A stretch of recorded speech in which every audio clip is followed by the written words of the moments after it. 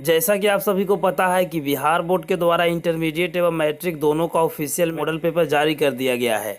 लेकिन इसके बावजूद भी बच्चे के मन में सवाल एक चीज़ बहुत ज़्यादा अभी भी अटक रहा है कि सर ऑब्जेक्टिव को लेकर कहीं भी पेपर में तो दिया ही नहीं गया है कि ऑब्जेक्टिव कितना पूछा जाएगा। हालांकि मॉडल पेपर में ये चीज़ बताया गया है कि दुगना विकल्प के साथ मॉडल पेपर दिया गया है। तो आदमी को और बच्चों को लग रहा है कि मॉडल पेपर के आधार पर ही बिहार बोर्ड क्वेश्चन पूछेगा, लेकिन ऑफिशियली कहीं अनाउंसमेंट नहीं हुआ है। अब देखिए यहाँ पे लेकिन आज अनाउंसमेंट हो गया है। आप सभी के लिए बड़ी खुशखबरी है।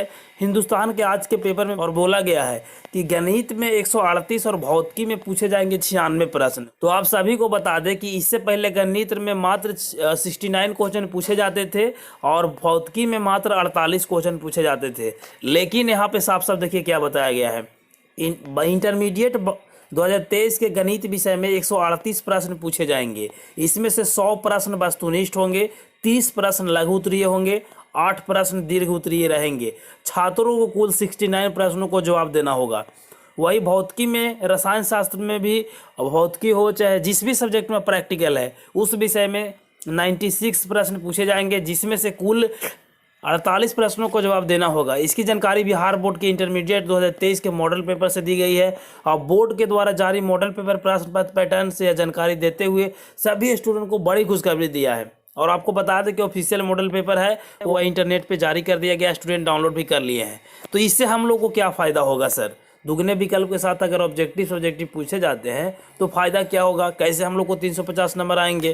तो देखिए कैसे 350 नंबर आएगा। वीडियो को केवल लास्ट तक बने रहिएगा। तो सबसे पहले मैं बता दूं कि 2 साल का आंकड़ा अगर आप लोग देखिएगा तब मात्र 2021 में और 2022 में 2 साल पीछे और जाइएगा तो उससे परसेंटेज दर है वो 8 से 10% बढ़ गया है रिजल्ट में।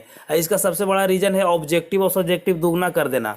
अब देखिए दुगना इसलिए किया गया है ताकि रिजल्ट बेहतर आए, और बेहतर रिजल्ट आ रहा है तो मैं आप लोग को पहले भी बताया था कि बेहतर रिजल्ट आएगा तो क्यों बिहार बोर्ड चेंज करेगा अपना पैटर्न को। तो इसीलिए पैटर्न वही रहेगा, वही पैटर्न पे एग्जामिनेशन होगा।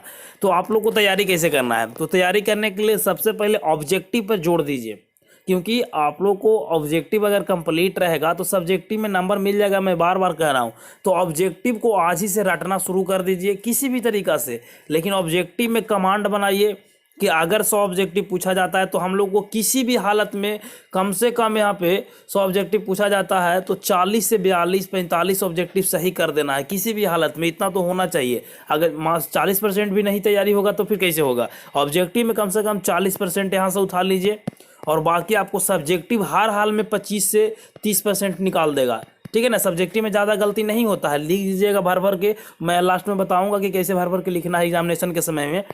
तो ऑब्जेक्टिव को अभी से जोड़ देने लगिए। सुबह शाम एक कर दीजिए। शाम में टारगेट बना लीजिए कि हमको याद करना है 100 ऑब्जेक्टिव फिजिक्स से, 50 ऑब्जेक्टिव हिंदी से, 50 ऑब्जेक्टिव केमिस्ट्री से। इस तरीके से टारगेट कर लेना है। और हाँ, सबसे ज़्यादा स्टूडेंट के लिए एक बड़ी सूचना है कि इंग्लिश का स्टूडेंट नहीं ध्यान देते हैं। तो अब बाबू आपको जितना अंक आपको सब सब्जेक्ट देगा उतना ही आपको को इंग्लिश भी देगा। तो इंग्लिश पे भी ज़्यादा जोर देना है, क्योंकि हिंदी वाली चीज़ तो रट जाइएगा, लेकिन इंग्लिश में तो पढ़ना आएगा, समझना आएगा, तभी याद कर पाइएगा। इसलिए अभी से उनका ध्यान दीजिए। ध्यान देने के लिए सबसे पहले आपको उनका राइटर नेम, उनका जन्म कब हुआ, मृत्यु कब हुआ, कौन सा चैप्टर को कौन लिखे हैं, ये सारी चीज़ों को याद कर लीजिएगा। ठीक है?